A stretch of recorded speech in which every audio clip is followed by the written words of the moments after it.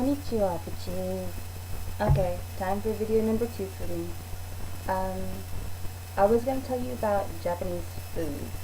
So far, I've liked about half the things I tried, and half of it was really hard to eat. Like, I didn't dislike it necessarily, but it was really hard to swallow. Like, I like seaweed to a certain extent, but when it's covering everything, it's kind of difficult to take, especially when it's warm and it's slimy.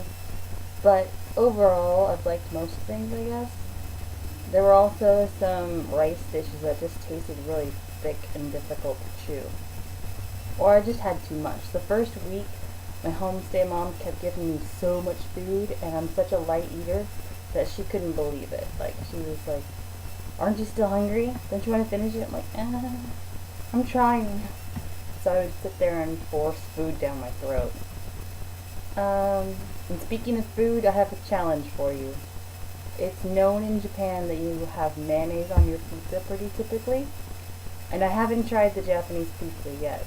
But I would like to challenge you to put mayonnaise on your pizza and eat it, and then I will go try Japanese pizza. Sound like a plan? Good. Also, karaoke. Karaoke is so fun, especially with Japanese girls, because they're adorable. And they love to sing the really romantic Japanese pop music. So it's really cute. I got a couple of them to work on learning some Backstreet Boys and Savage Garden, because they really liked those when I sang them. And so now we're going to sing them together, which is really adorable. Also, tell me about your roommate. I know your Korean roommate is adorable, and I want to hear how she's doing and stuff. And tell me about your classes. So far, I have the 2 Japanese language classes, reading and writing, and spoken. Spoken is really tough because you have to get up and she calls on you at the very, on the spot, and it's a lot of new grammar for me, so it's difficult. Reading and writing is basically kanji and particle practice. It's challenging, but it's at least less stressful than spoken.